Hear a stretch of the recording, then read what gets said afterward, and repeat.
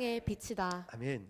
나는 세상의 빛이다 라는 제목으로 Why Jesus 또 왜 예수인가 시리즈 20번째 시간을 갖도록 하겠습니다. 여러분, 인생의 여정에서 심한 피곤과 또 곤감을 느낄 때 어떤 사람을 보면 새 힘을 축적하면서 다시 일어나는 사람이 있고, 또 어떤 사람을 보면 모든 것을 포기하고 내려놓는 경우도 있습니다. 그 이유를 살펴보니까 두려움에 정복당했기 때문에 그래요. 이 두려움 때문에 우리가 무너지고 넘어지고 쓰러질 때가 있고, 아직 일어나지 않았음에도 불구하고 그 두려움 때문에 우리가 불안에 사로잡힐 때가 있습니다. 여러분, 그러면 그때 가장 필요한 것은 무엇일까요? 저도 그런 어려움을 겪고 있을 때마다 느꼈던 게 뭐냐면, 다윗을 굉장히 많이 묵상했던 것 같아요. 다윗의 삶, 시편에도 나오죠. 하나님은 나를 절대로 버리지 않는다는 믿음이죠. 하나님은 저와 여러분을 절대로 버리지 않습니다. 믿으십니까? 이걸 확인하고 확신감을 갖고 있다는 게 너무나 중요하다는 거죠. 아마 지금 여기에 이 자리에 계신 분들 가운데도 앞으로 다가올 미래에 대해서 두려움이 없는 분들은 단 한 사람도 없을 것입니다. 크고 작은 두려움이 항상 우리를 괴롭히고 있습니다. 근데 여러분, 두려움에 사로잡히면 어떨까요? 남의 문제는 안 보여요. 세상에서 내 문제가 제일 커 보이고, 내가 제일 힘든 것 같고, 내가 제일 억울한 사람처럼, 또 불행한 사람처럼 보입니다.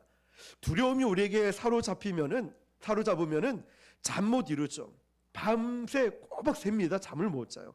밥을 먹어도 먹은 것 같지 않아서 아예 밥을 먹지 않는 사람도 있죠. 심장은 어떨까요? 계속 쿵쾅쿵쾅 뛰고, 어떤 때는 내 심장이 멎은 것 같아요. 눈앞이 캄캄하게 아무것도 보이지 않아요. 왜 그럴까요? 두려움에 사로잡혔기 때문이죠. 그 두려움에 사로잡혀서 어떻게든 회복하고 또 치유받기 위해서 예배의 자리에 나왔는데, 두려움 때문에 말씀이 들리지를 않는다는 거죠. 그런데 여러분, 마귀가요, 이 작은 문제를 항상 크게 벌려요. 지난 시간 나누었던 것처럼 이 마귀가 문제를 하나님 안에서 해결해야 되는데 자꾸만 세상에서 해결하게끔, 세상 밖에서 해결하게끔 우리를 세상 향락과 쾌락과 즐거움과 세상 쪽으로 끌고 간다는 거죠. 그래서 말씀드렸듯이 물고기는 물속에 있을 때 가장 안전한데, 야, 너 힘들지? 물 밖에 나와서 잠시 쉬어. 이거 무슨 뜻이죠? 죽으라는 뜻이죠. 마귀가 하는 행동이 그렇다는 거죠. 자, 마귀는 이 두려움을 태산같이 확대시킵니다. 마치 우리 교회가, 이 가정이, 이 나라가 다 끝날 것처럼 말이죠. 마귀는 두려움의 영을 우리에게 계속 집어넣습니다. 그 두려움은 우리의 길을 꺾어놓고 이 세상에 마치 나 홀로 있는 것처럼 외롭고 고독하게 만듭니다. 마귀가 하는 게 그거예요. 자, 잘 분별을 해야 되겠죠? 그러나 하나님은 우리에게 두려움의 영을 주지 않으셨습니다. 하나님이 임재하시면은 두려움이 사라져요. 평안함이 있고 담대함으로 가득 차게 됩니다. 그래서 예배를 드릴 때, 기도할 때, 찬양할 때도 하나님, 나에게 임재하여 주십시오. 나에게 임하여 주십시오. 이것이 얼마나 중요한지 모릅니다. 세상 사람들이요, 아무리 저와 여러분을 무시하고 여러분에게 거칠게 말을 하고 험하게 굴어도 걱정하지 마십시오. 우리의 가치를 결정짓는 분은 세상 사람이 아니라 하나님이셔요.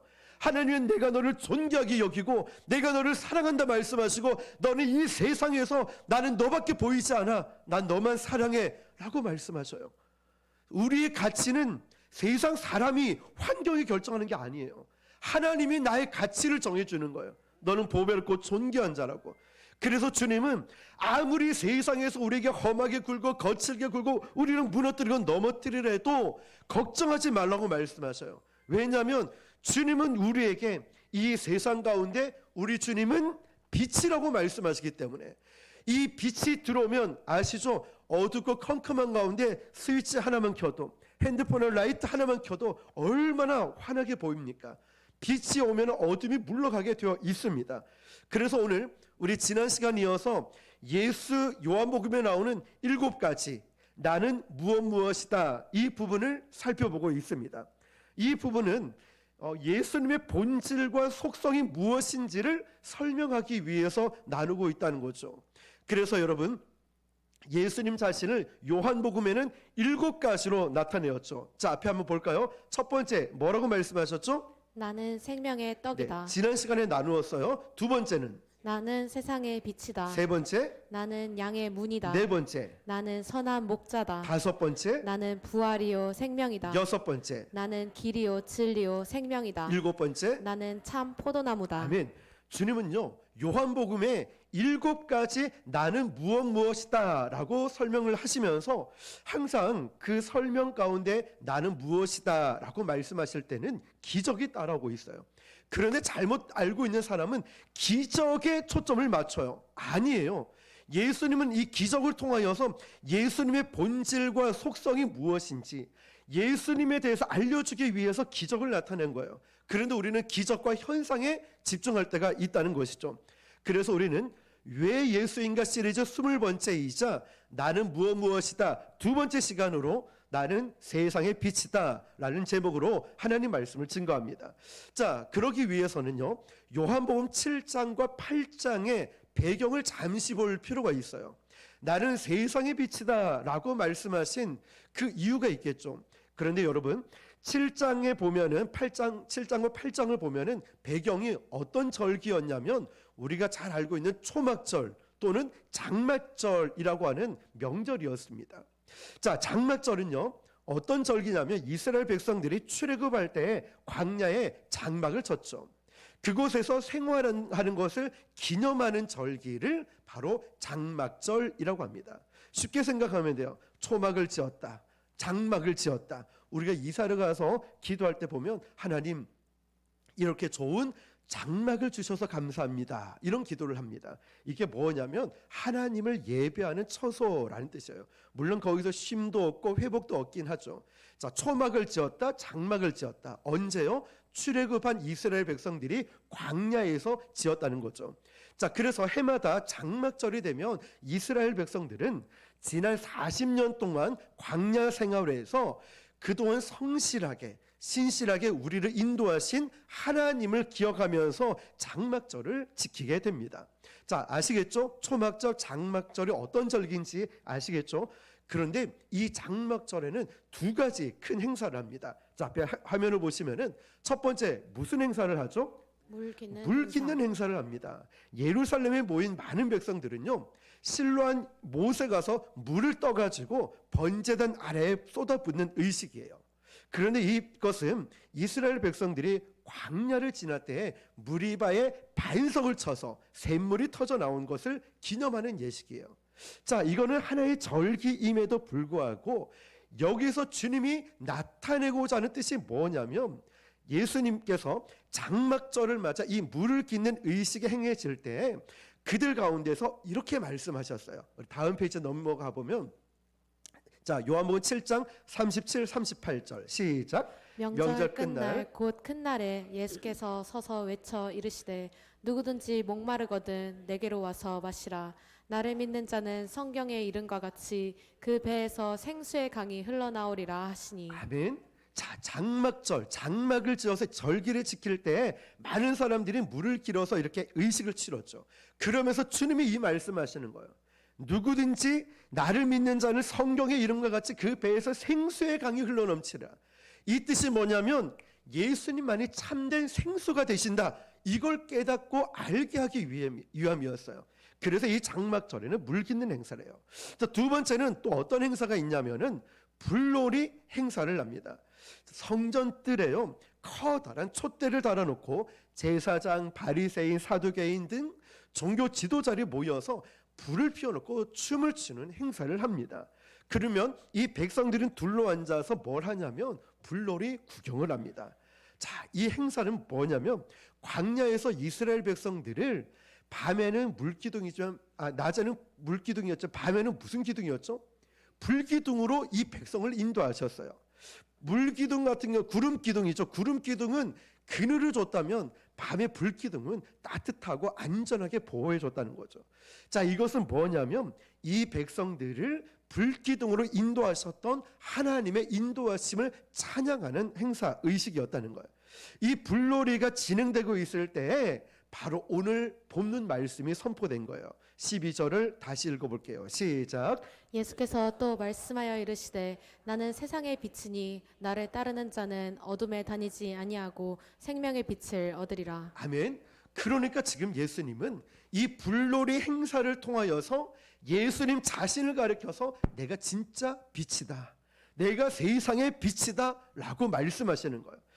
상황에 적절하게 말씀하실 때 그 말씀의 이 힘있게 그들에게 전달되는 겁니다.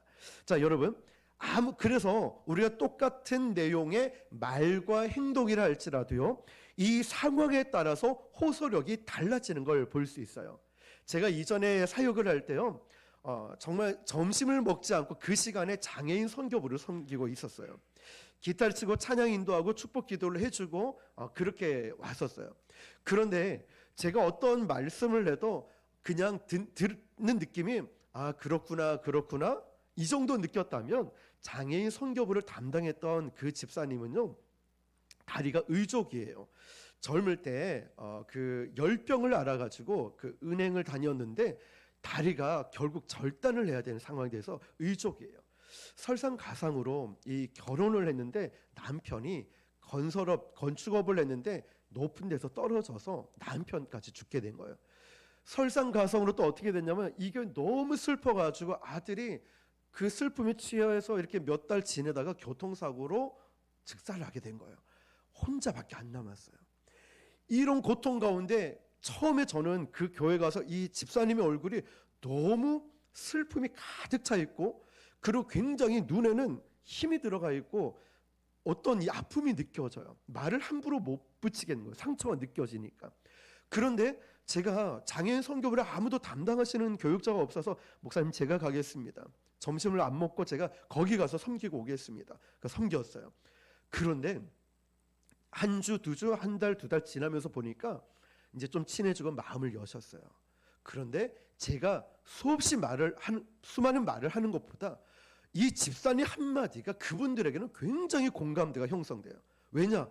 아픔을 알고 의족인 걸 알고, 박수 칠 때 아무리 아파도 팔등이라도 치라고, 손이 힘들면 아니면 몸이 힘들면 노래라도 크게 하라고 막 하니까, 나도 이런데도 믿음으로 찬양하는데 아무도 대꾸할 사람 없는 거예요.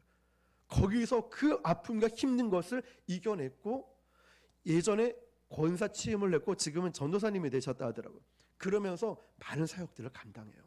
자, 여러분, 이 말이라는 게요, 배경과 상황이 굉장히 중요하기 때문에 우리가 성경을 배운다고 표현도 하죠. 말씀을 배우는 게 굉장히 중요해요. 말씀에도 앞뒤 문맥을 다 잘라버리고 이 문장만 보면 크게 오해를 할 수 있어요. 대표적인 게 욥기의 말씀이죠. 내 시작은 미약하나 내 나중은 심히 창대하리라.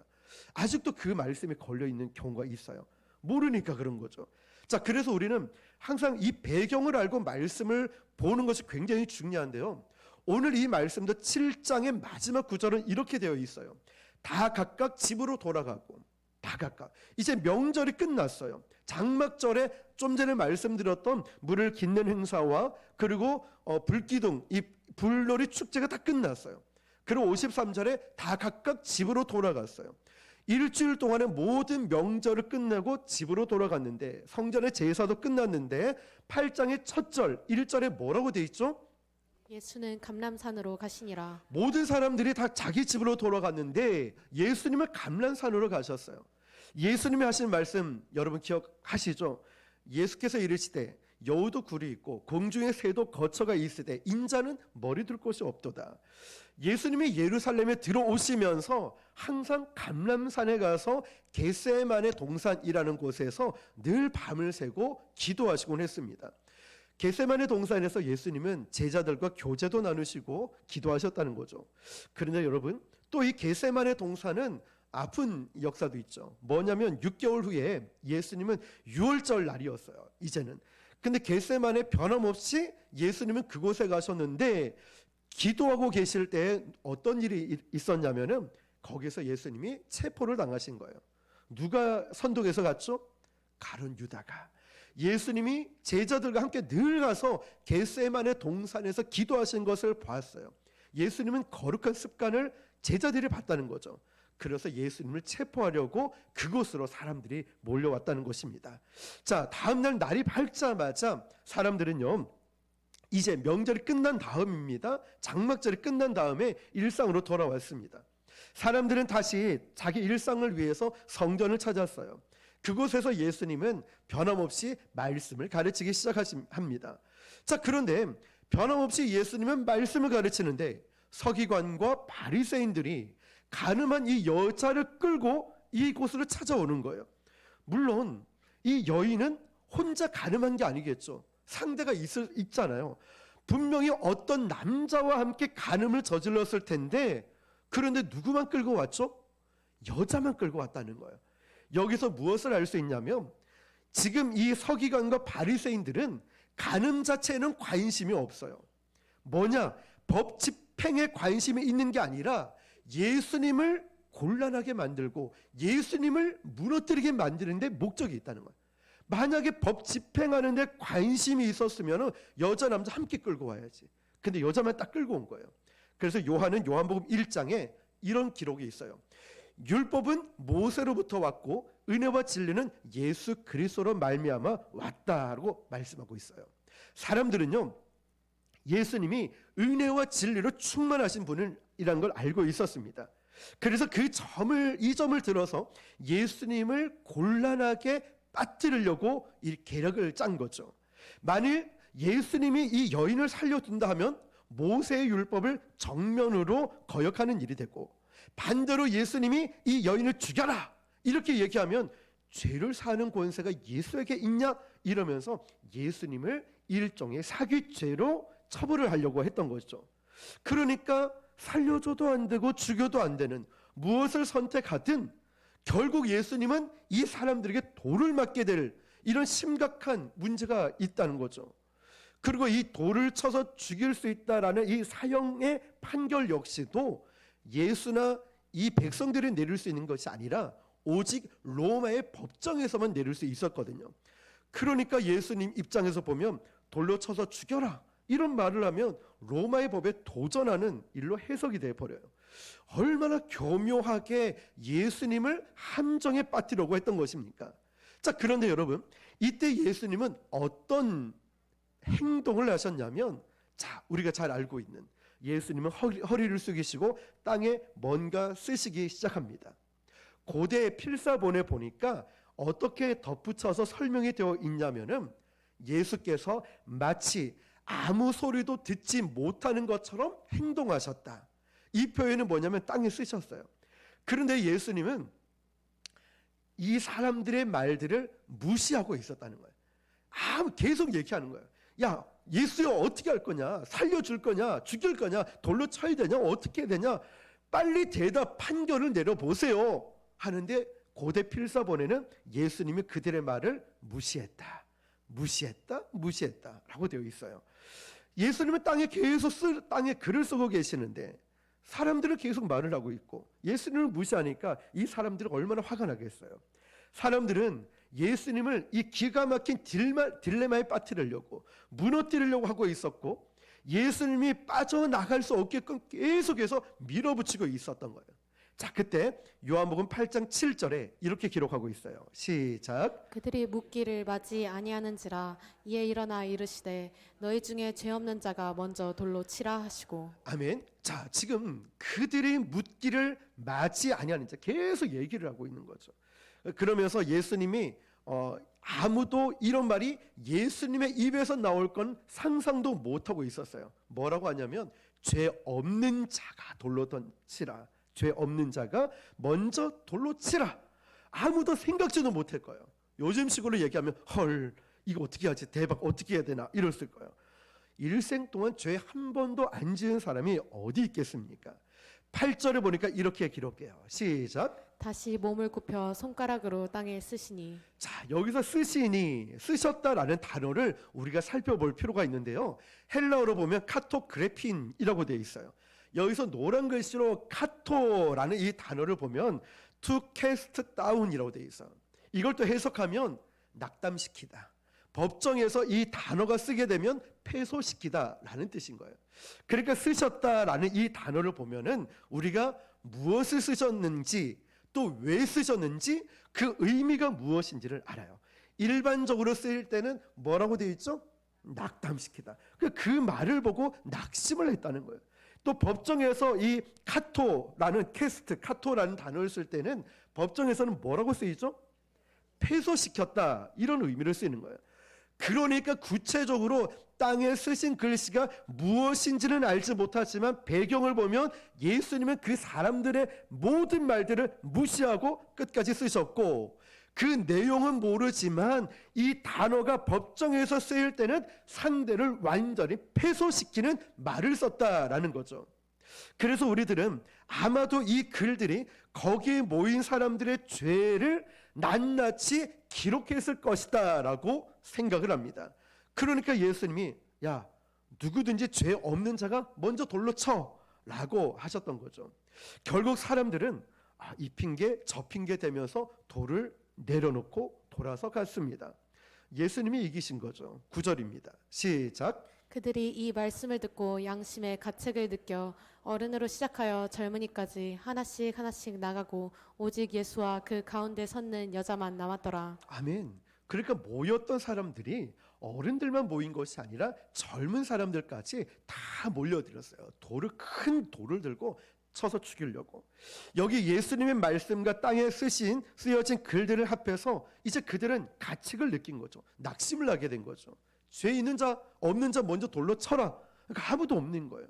설마 그런 말을 할지 누가 알았겠습니까? 자, 10절 11절입니다. 시작. 예수께서 일어나사 여자 외에 아무도 없는 것을 보시고 이르시되 여자여 너를 고발하던 그들이 어디 있느냐 너를 정죄한 자가 없느냐 대답하되 주여 없나이다.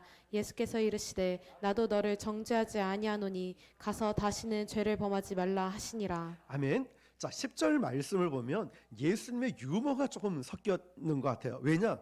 예수께서 일어나서 여자 외에 아무것도 없는 것을 보셨죠. 분명히 보셨어요. 그러면서 여자에게 말하는 거예요. 너를 고발하던 그들이 어디 있느냐. 아니 왜 물을까요? 아시는데 왜 말씀하실까요? 그러면서 나도 너를 정죄한 자가 어디 있느냐라고 한 번 더 물어봐요. 여인의 고백을 듣기를 원하고 여인이 직접 보고 말하기를 원하셨다는 거죠. 대답합니다. 주여 없습니다. 예수님이 말씀하시죠. 나도 너를 정죄하지 않으니까 가서 다시는 죄를 범하지 말라. 이 말씀이 우리에게 보여주는 게 뭘까요? 그곳에 죄가 전혀 없는 분은 누구밖에 없을까요? 예수님 한 분밖에 없다는 거죠. 다시 말해서 그곳에 이 돌을 던질 수 있는 자격은 오직 예수님 한 분밖에 없으셨다는 거죠. 그러나 예수님은 돌을 던지는 일을 거부하고 계십니다. 도리어 은혜를 베풀어 주시는 거예요. 이 모습은 우리가 요한복음 3장에도 니고데모와의 대화에서도 알 수 있어요. 자신들의 죄가 드러나지 않았을 때 서기관, 바리새인, 젊은 사람들, 나이 든 사람들, 어른들도 고함칩니다. 나는 그런 죄를 안 져. 잘난 척했던, 나는 거룩한 척했던 이 사람들이 갑자기 다가온 예수님의 빛으로 인하여서 그들의 죄가 적나라하게 드러나요. 예수님의 빛으로. 여러분, 부활하신 주님이 베드로를 찾아가셨죠. 근데 베드로가 베드로에게 묻죠. 네가 나를 사랑하냐고. 내가 주를 사랑하는지 주께서 아시나이다. 나는 죄인이로소이다. 빛 대신 주님을 만나니까 내 자신의 연약함과 죄가 보이더라는 거죠. 이 빛 대신 예수님이 그들의 죄를 적나라하게 드러나니까 다 도망쳐 버려요. 저는 이 여인의 태도가 갑자기 바뀌었을 거라 생각을 합니다. 이 모습을 생각해 보니까.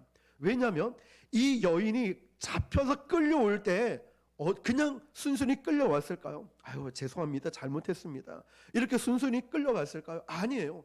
왜 나만 데려가냐고, 왜 저 인간 저 남자는 안 데려오고 왜 나만 끌고 가냐고 비명 지르지 않았을까요? 어쩌면 손으로 막 핥히기도 하고 발로 차기도 하고 난동을 부렸을 거예요. 왜 나를 끌고 가냐고. 그러나 자기를 정죄하려고 했던 사람들이 다 돌아가자 이 여인의 태도가 바뀌어요. 마음이 바뀌었다는 거죠.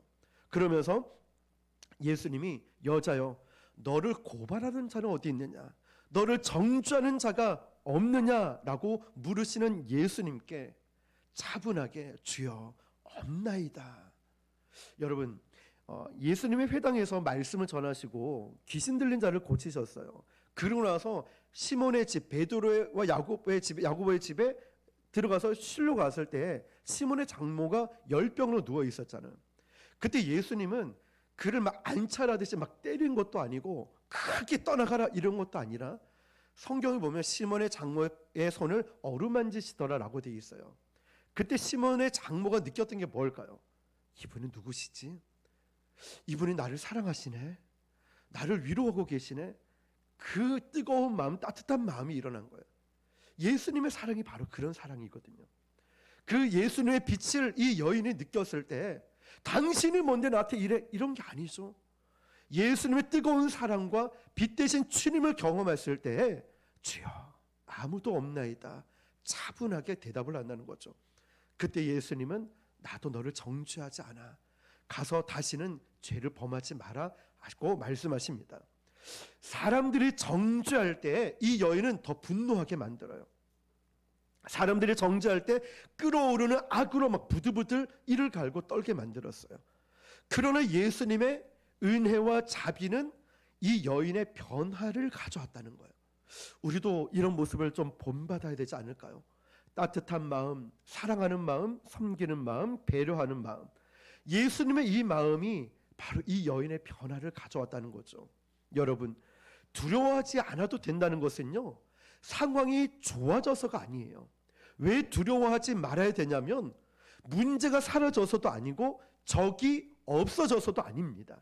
문제는 그대로 있는데 왜 내가 두려워하지 않냐면 하나님이 나와 함께 하시기 때문에, 하나님이 나를 지켜주시기 때문에, 빛 대신 주님이 나와 함께 하시니까 두려워하지 말라고 하시는 거예요. 이제 이 여인을 정죄하던 바리새인과 서기관들은 다 돌아갔습니다. 그리고 거기 남아있는 분은 예수님밖에 없어요. 예수님, 거기에 남아있던 사람들에게 예수님이 이렇게 말씀하시는 거예요. 12절 시작. 예수께서 또 말씀하여 이르시되 나는 세상의 빛이니 나를 따르는 자는 어둠에 다니지 아니하고 생명의 빛을 얻으리라. 아멘. 예수님이 그 사람들에게 이 서기관 바리새인들 정죄자들을 다 떠나가고 그 남아있는 사람들에게 나는 세상의 빛이다 라고 말씀하셔요. 예수님은 세상에 빛을 가지고 온 분이십니다. 그 빛이 죄를 드러나기 때문에 사람들은 이 빛을 싫어해요. 그 빛으로 오지 않으려고 합니다. 그러나 그 빛에 들어오는 사람은 그 죄를 주님께 고백하고 용서의 기쁨을 누리게 될 것입니다. 그렇다면 나는 세상의 빛이다 라고 말씀하시는 이 뜻은 과연 무엇일까? 우리 간단하게 세 가지 중요한 의미를 한번 살펴보도록 합니다. 첫 번째, 예수님이 나는 세상의 빛이다 라고 말씀하신 것은 하나님의 임재의 증거입니다. 광야에서요, 장막에, 성막에 쉐키나의 영광스러운 빛이 임했어요. 이것은 하나님의 임재를 보여주는 것처럼 이스라엘 백성들은 구름 기둥과 불 기둥을 통해서 하나님이 그들과 함께 하심을 알았습니다. 그러면 예수님은 누구시냐면 한마디로 우리와 함께 하시는 하나님, 우리를 찾아오시는 하나님이셔요. 저와 여러분의 인생에 고독하고 외롭고 쓸쓸하고 두려운 인생길에 찾아오시는 주님이십니다. 하나님이 이 백성들과 함께 하신다는 것이죠. 찾아오신다는 것, 나를 찾아오신 주님. 요한복음 1장 14절에 말씀이 육신이 되어 우리 가운데 거하심에, 그러므로 이 말씀을 우리가 묵상하고 곱씹는 이유가 뭐냐면 이 말씀이 내 안에 역사하기 때문에, 말씀이 살아 움직이기 때문에 여러분 아침에 일찍 일어나서 우리 셀장님들이 보내주는 이 말씀을 그렇게 길지 않아요. 1분도 걸리지 않지만 말씀 읽고 묵상하고 이걸 열심히 한번 보세요. 그리고 틈틈이 이 말씀을 계속 쉬지 않고 보세요. 말씀이 나를 끌고 갑니다. 말씀이 나를 지켜줘요. 마음을 지켜주고 내 행동과 입술을 하나님의 말씀이 지켜주신다는 거예요. 우리와 함께 하기 위해서 오신 예수님은 바로 말씀이신 예수님이세요. 광야에서 이스라엘 백성들의 문제가 뭐냐면 광야길에서 말할 수 없는 고통과 걱정이 있었어요. 그 중에 가장 큰 고통이 뭐냐면 고독이라는 것이죠. 그제 뉴스를 보니까요, 우리나라가 화성에 지금 당장 이 세상에서 갈 수 없는 이유가 뭔지를 설명해 줬는데 기술력으로 보면은 살 수는 있대요. 여기서 그 지구에서 화성까지 가는데 6개월, 7개월이면 갈 수 있대요. 그런데 거기에 또 있다가 돌아오려면 6개월, 7개월이 있어야 돼요. 로봇을 보내는 거는 얼마든지 보낼 수 있대요. 근데 사람을 왜 못 보내냐라고 봤더니 다른 게 아니라 외로움 때문에, 고독함 때문에 거기서 버틸 수가 없대요, 사람이.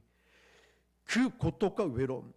그런데 이 이스라엘 백성들은 광야에 40년 동안에 200만 명이나 넘는 생활이 광야 생활했는데 여기서 오는 고독은 사람에게서 오는 고독이 아니었습니다.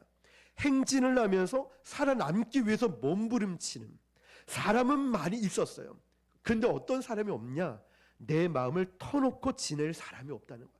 친구가 아무리 많아도 내가 힘들고 어려울 때 울면서 찾아갈 수 있는, 내가 아무리 억울하고 또 죄를 지어도 이해하고 품어주고 들어줄 수 있는 진짜 친구 한 사람이 없는 이 고독함, 자기의 삶을 다 내려놓고 나눌 만한 사람이 없는 이런 고독함이었다는 거예요.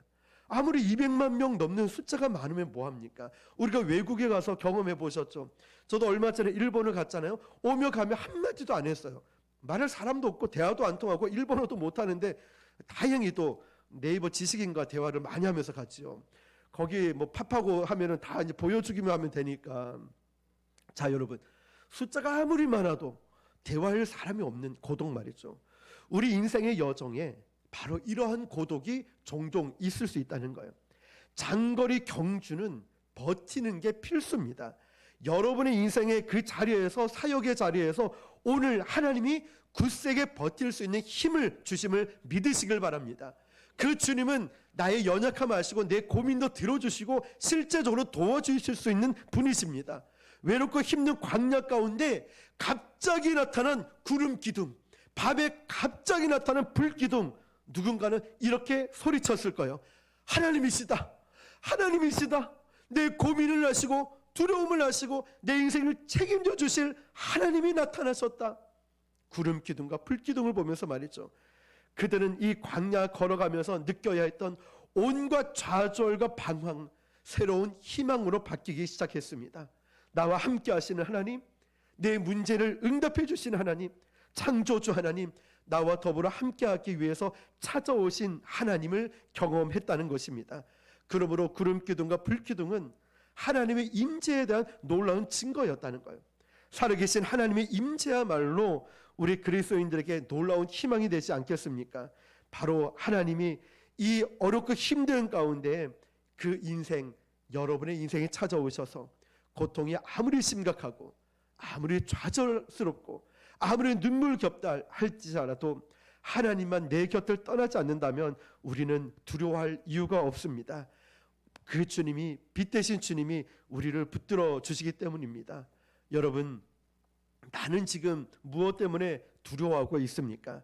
사람의 소리는요, 아무리 들어도 사람의 말은 들으면 들을수록 절망스럽고 두렵습니다.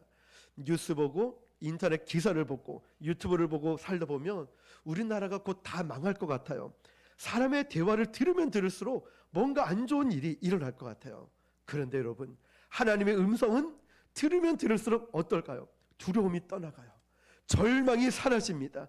우리 인생에서 두려움이 사라지게 하는 방법 중 하나가 뭐냐면 하나님의 음성을 듣는 시간을 최대한으로 늘리는 거예요.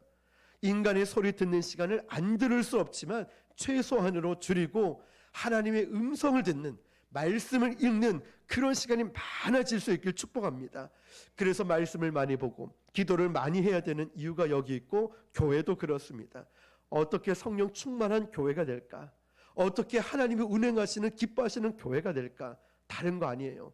교회 안에 예배가 많아지고 기도 소리가 끊어지지 않고 하나님의 음성을 나누고 예수님께 집중하는 대화가 많아질수록 그 시간을 최대한 활용하는, 확보하는 그런 교회가 바로 거룩한 교회라는 것입니다. 바로 이 빛의 첫 번째 뜻은 뭐냐면 하나님의 임재의 증거였습니다. 두 번째로 보니까 나는 세상의 빛이라, 이 뜻이 하나님이 우리를 인도해 주신다는 선언입니다. 우리가 말할 수 없는 고통과 가슴앓이를 겪고 있을 때 좀 전에 말씀드렸듯이 나 너무 힘들어. 이걸 말할 수 없는 게 더 고통스럽지 않습니까? 나 너무 억울해. 나 너무 슬퍼. 나 너무 우울해. 나 너무 아파. 이거를 서슴지 않고 얘기해 줄 수 있는 친구 말입니다. 한 번씩 저희 교회 왔던 그 제 친구가 있어요. 이름이 전국에 특이해가지고 이 한 사람밖에 없는 친구예요. 실명을 제가 거론하기엔 좀 힘들어요. 너무 특이한데요. 한 번씩 힘들 때 정말 전화를 해요. 뭐라고 하냐? 난데 라고 하면 그래 바쁘다 끊자. 끊어버려요.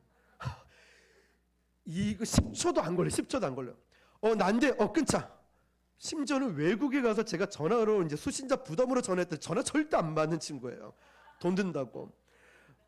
그런데 그 친구 10초도 걸리지 않는 통화 기록을 보면은 정말 길게 해봤자 3분이고 1분도 넘기지 않는 그 친구예요. 그런데 여러분, 친구가 이런 것 같아요. 무슨 말을 해도, 어떤 말을 해도 바쁘다 끊자. 뭐 하려 전화했노 끊어. 이런 말 한마디 해도 마음이 참 편해지는 것 같아요. 여러분, 그런데 이런 친구조차 없었을 때 그 심정이 어떨까요? 사람은 많은데 말이죠. 광야길을 방황하던 이스라엘 백성들의 문제는 가도 가도 끝이 없는 이 사막이 아니라 무엇이 옳고 분별하기 힘든 이 세상 가운데 아마 그들은 사막을 보면서 자신들의 삶의 모습을 보았을 거예요. 하루하루가 그저 무의미하게 반복이 되고 있어요. 자기도 모르는 사이에 길도 잃어버려요. 반복적으로 똑같은 길을 걸어가고 있다는 거죠. 거기에다가 강렬한 태양빛도 비추고 있어요. 생각해 보십시오. 땡볕 아래에서 어디가 길인지도 모르고 목적지도 모르고 이 마음을 정말 쏟아놓을 친구도 없는 가운데 고통스러운 이 행군 말이죠. 그 가운데 아무리 가도 끝이 없는 그 가운데 얼마나 큰 고통이 크겠습니까? 그런데 그들 앞에 불기둥과 구름기둥이 떡하니 나타났어요. 그런데 이 기둥은요, 구름기둥과 불기둥은 그 자리에만 머물러 있는 것이 아니라 기둥이 움직이니까 갈 길을 제시해 주는 거예요. 바로 이게 하나님의 인도하심이었다는 거죠. 그러니까 이제는 어디로 가야 할지 몰라서 처량하게 그냥 무의미하게 갔던 길을 또 가고 반복된 길을 갔던 것 같아 보이는데 어느 날 낮에는 구름 기둥으로 떡하니 나타나서 길을 인도해 주고 어느 날 밤에는 불기둥으로 떡하니 나타나서 따뜻하게 지켜주니 이제 그들에게는 산소망이 넘치면서 찬양과 기쁨과 감사가 넘쳐났어요. 민수기 9장에 보면 이 부분을 극적으로 묘사한 부분이 있는데 9장 17절을 제가 읽어보면 구름이 성막에서 떠오르는 때에 이스라엘 자손이 곧 행진하였고 구름이 머무는 곳에 이스라엘 자손이 진을 쳤더니 무슨 말이냐면요, 구름이 진행하면 백성들도 진행하고 구름이 멈추면 그들도 멈췄다는 거죠. 이어지는 말씀 보니까 이스라엘 자손이 여호와의 명령을 따라 진행하였고 여호와의 명령을 따라 진을 쳤으며 여호와의 명령을 지켜 행진하지 아니하였으며 이 단어가 여호와의 명령을 따라 이 단어가 계속 등장합니다. 민수기 9장에 보면은. 근데 여러분, 이 백성들은 나를 인도해 주시는 분이 있다는 사실에 얼마나 기뻐하고 힘을 내는지 몰라요. 그러나 광야 생활하는 이스라엘 백성들에게도 유혹은 있었겠죠. 오아시스를 보면 털썩 주저앉고 싶고 또 포기하고 싶고 이런 유혹들이 있었을 거예요. 그럼에도 불구하고 구름이 움직이면 그들도 따라 움직였다는 거예요. 자, 이것은 우리에게 무엇을 가르쳐주고 있을까요? 우리 인생에서 뭔가를 결정해야 되는 갈림길이 있죠. 정말 하나님의 인도를 따라 결정해야 되는데 어느 쪽으로 결정해야 될까? 이런 모습들 말입니다. 자, 그때 우리 주님은 그보다 확실하게 성경 메시지로 우리를 이렇게 인도하셔요. 12절입니다. 시작. 예수께서 또 말씀하여 이르시되 나는 세상의 빛이니 나를 따르는 자는 어둠에 다니지 아니하고 생명의 빛을 얻으리라. 아멘. 주님을 따라가야 함을 알려주고 있는데요, 빛 가운데 거하는 이 놀라운 복을 우리는 경험할 수 있어요. 그게 뭐냐면 우리 말씀에 보면은 나는 세상의 빛이니 나를 뭐 하는 자는 따르는 자는, 이 따른다는 것은 한 번만 따라줄게 아니죠. 계속 따른다는 걸 의미해요. 평생의 주의 선하심과 인자하심을 따른다는 거죠. 신실하심을 계속적으로 또 성실하심을 계속적으로 따른다는 거예요. 빛 가운데로 걸어가는 하나님이 인도하시는 삶을 산다는 것입니다. 사랑하는 성도 여러분, 나는 세상의 빛이다 라고 말씀하신다는 것은 우리는 주님을 따라가야 되는 존재라는 거예요. 바로 우리 주님이 우리를 인도해 주신다는 약속입니다. 바로 이 말씀을 믿으시길 축복합니다. 자, 마지막 세 번째로 나는 세상의 빛이다 라는 것은 하나님 나라의 약속입니다. 구름 기둥과 불 기둥은요, 어디로 인도했냐면 이 백성들을 가나안 땅으로 인도했습니다. 약속의 땅이죠. 이 땅이야말로 하나님의 백성이 궁극적으로 가야 될 땅이 아니겠습니까? 자, 자연의 불빛은 사라지죠. 우리도 예배 끝나고 나서 불 끄면 어둡습니다. 그런데 이 빛은 영원한 빛이에요. 여전히 우리를 인도하기 위해서 하나님은 저와 여러분의 인생에 찾아오셨어요. 어떤 사람은 모태신앙으로 주님이 우리를 찾아오셔서 인도하신 분이 있고, 어떤 사람은 청년기 때 아니면 노년기 때 찾아오신 분도 있죠. 주님은 저와 여러분의 인생에 찾아오시는 분이세요. 어느 날 갑자기 구원받은 것이 아니라 하나님이 우리를 지명하여 불러주셨습니다. 광야에서 이스라엘 백성들을 인도하신 하나님, 그들을 구름 기둥과 불 기둥으로 임재해 주셨고 더 정확하고 아름답고 확실하게 우리를 인도해 주셨다는 거예요. 자, 그러면 예수님께서 우리를 어디로 인도하길 원하실까요? 바로 하나님의 나라라는 거죠. 광야에서 이스라엘 백성들이 내렸던 수많은 결정들이 있어요. 그들은 약속의 땅에 잘 나가다가 기도의 방향을 잘못 들고 헤맬 때도 있었고 위험에 직면할 때도 있었어요. 우리도 직장을 경영하고 사업을 경영하고 가정을 꾸려나가고 공부하다가 잘못된 길에 직면할 때도 있었습니다. 광야에서 이스라엘 백성들이 직면했던 가장 큰 유혹이 뭐냐면 이거예요. 약속의 땅을 포기하고 애굽으로 돌아가고 싶은 마음이었어요. 제일 먼저 홍해바다 앞에서 매장지가 없어서 우리를 데려왔습니까? 차라리 애굽에 돌아갔으면 좋겠습니다. 저 애굽 군대 우리 다 죽게 생겼습니다. 애굽으로 돌아가게 해달라고. 이 백성들이 애굽으로 돌아가고 싶은, 우리 식으로 얘기하면 에이 교회 안 나갈 때가 더 좋았어. 차라리 예수님 안 믿는 게 더 좋았어. 전도하다 보니까 예수 믿기 시작한 어떤 분이 집안에 자꾸 어렵고 힘든 일이 생기니까 자녀가 그랬대요. 엄마, 차라리 우리 불교 갈 때 교회 안 나갈 때가 더 좋은 거 아니야? 고난과 어려움은 우리가 성장과 성숙으로 이끌어준다 했죠. 이 고난은 진짜와 가짜를 분별해 준다라고 말씀을 나누었습니다. 힘들지만. 근데 여러분, 어쩌면 저와 여러분도, 아니면 어쩌면 이 백성들도 차라리 애굽으로 돌아가는 게 나아. 차라리 교회 안 가는 게 낫지 않아? 좀 쉬고 여가도 보내고 여행도 마음대로 갈 수 있는, 차라리 좋지 않아? 이 백성들이 그랬어요. 얼마 전에 만난 어떤 목사님도 교회가 힘드니까 차라리 내가 개척 안 하는 게 낫지 않았는가, 이런 갈등에 쌓여 있어요. 힘들고 어려움이 오면.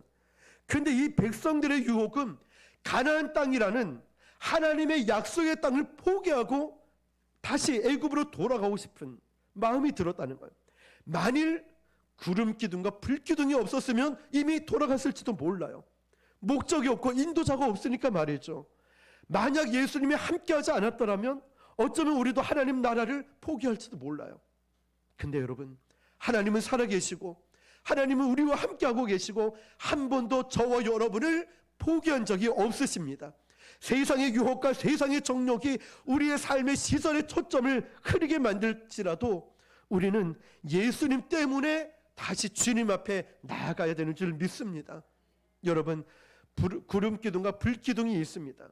나를 둘러싸고 있는 모든 자연의 불빛, 세상의 불빛, 친구들의 불빛, 물질의 불빛, 건강의 불빛, 성공의 불빛이 언젠가는 다 꺼질지 몰라요. 언젠가는 다 꺼지는 그 순간에도 우리 주님은 세상의 빛으로, 내 인생의 빛으로 다가오십니다. 그분은 거룩한 주님이세요. 여러분 아시죠? 세상의 불빛은 영원하지 않아요. 그 불빛은 언젠가는 다 꺼지는 거예요. 잘 기억하십시오. 물질의 불빛, 한 번 더 건강의 불빛, 성공이라는 불빛, 내 사랑하는 친구라는 불빛, 세상이라는 이 불빛, 내가 믿었던 것에 대한 불빛, 자연이라는 불빛, 이 모든 불빛들이 언젠가는 꺼진다고요. 언젠가는. 그걸 경험하신 분도 있지 않습니까? 그 주님이 나에게 다가오셔서, 여러분에게 다가오셔서 이렇게 말씀하시는 거예요. 나는 세상의 빛이다. 나를 따르는 자는 어둠에 다니지 않냐고 생명의 빛을 얻으리라. 아멘. 그렇습니다. 이 빛은 저와 여러분을 향한 빛입니다. 예수님은 지금도 우리에게 찾아오시고 우리를 인도하시면서 이렇게 말씀하시는 거예요. 나는 너를 위한 빛이라고, 나를 따르라고, 영원히 따르라고 말씀하셔요. 없어지고 무너지고 잠시 잠깐 있는 것에 안주하지 말고 세상에 빛 대신 주님을 따르고 빛 대신 주님을 증거하라고 말씀하시는 거예요. 여러분, 지난번에도 말씀드렸죠. 육상 빌딩에, 이 높은 빌딩에 유리창을 닦는 분들이 계셔요. 그 기사를 봤을 때 질문한 게 그거예요. 이거 얼마나 무섭겠냐고, 무섭지 않냐고. 바람이 불면 이 육상 빌딩은 이렇게 흔들리는데 무섭지 않냐라고 물어봤을 때 그 유리 닦는 청소하시는 분의 한마디가 그거였죠. 그분들은 밑에 땅만 내려다 보지 않으면 무섭지 않습니다. 그래서 그분들은 땅을 안 보고 항상 하늘을 쳐다보면서 닦는데요. 왜 그러냐 물어봤더니 그러면 무섭지가 않대요. 땅은 거리감이 있어요. 높다, 무섭다, 멀다. 근데 하늘은 거리감이 느껴지지 않아요. 그냥 가까워 보인다는 거죠. 그래서 하늘을 보면서 닦으니까 그 높은 데서도 공포감이 느껴지지 않는다고 합니다. 사랑하는 성도 여러분, 왜 우리가 걱정이 많고 공포감으로 왜 두려움에 사로잡혀 있을까요? 땅을 너무 열심히 보기 때문 아닐까요? 땅의 일들을 너무 열심히 묵상하고 있어요. 지금 일어나고 있는 두려움, 지금 일어나고 있는 문제, 지금 일어나고 있는 상황들을 너무 많이 보고 있지 않습니까? 눈을 들어 하늘을 쳐다보십시오. 눈을 들어 하늘을 바라보라. 무슨 말입니까? 예수님을 바라보라는 거예요. 빛 대신 주님, 빛 대신 천국을 바라보라. 그러면 그 인생이 천국이 되고 하나도 두려워하지 않을 것이라고. 사랑하는 성도 여러분, 오늘 저와 여러분 바로 이 어둠 가운데, 두려움 가운데 우리 주님은 말씀하시죠. 나는 세상의 빛이라고. 주님, 어떤 대가를 치르더라도 저는 주님을 평생 따르겠습니다. 어떤 내 인생에 가장 어려운 문제가 생기더라도 저는 빛 대신 주님만 바라보겠습니다. 나의 흐려진 시선, 나의 집중하지 못한 집중력이 떨어져도 저는 예수님만 그냥 의지적으로 따라가겠습니다. 주님, 저를 지켜주십시오. 이 길 끝에 계신 주님이 저와 여러분의 손을 잡고, 때론 말씀드렸죠. 학교 전도하는데 왔니? 손을 뻗었을 뿐인데 그 남자아이가 와서 제 품에 안겼을 때 우리 주님이 이런 마음이겠구나. 주님은 팔을 벌리면서 누구누구야 왔니? 사랑한다, 수고 많았다. 우리가 해야 될 일은 그 품에 안기는 것뿐입니다. 빛 대신 주님 따라가고 안기어서 승리를 주신 그 주님께 모든 영광 올려드리는 그런 명절이 되시고 그런 한 해가 되시기를 주님의 이름으로 축원합니다. 기도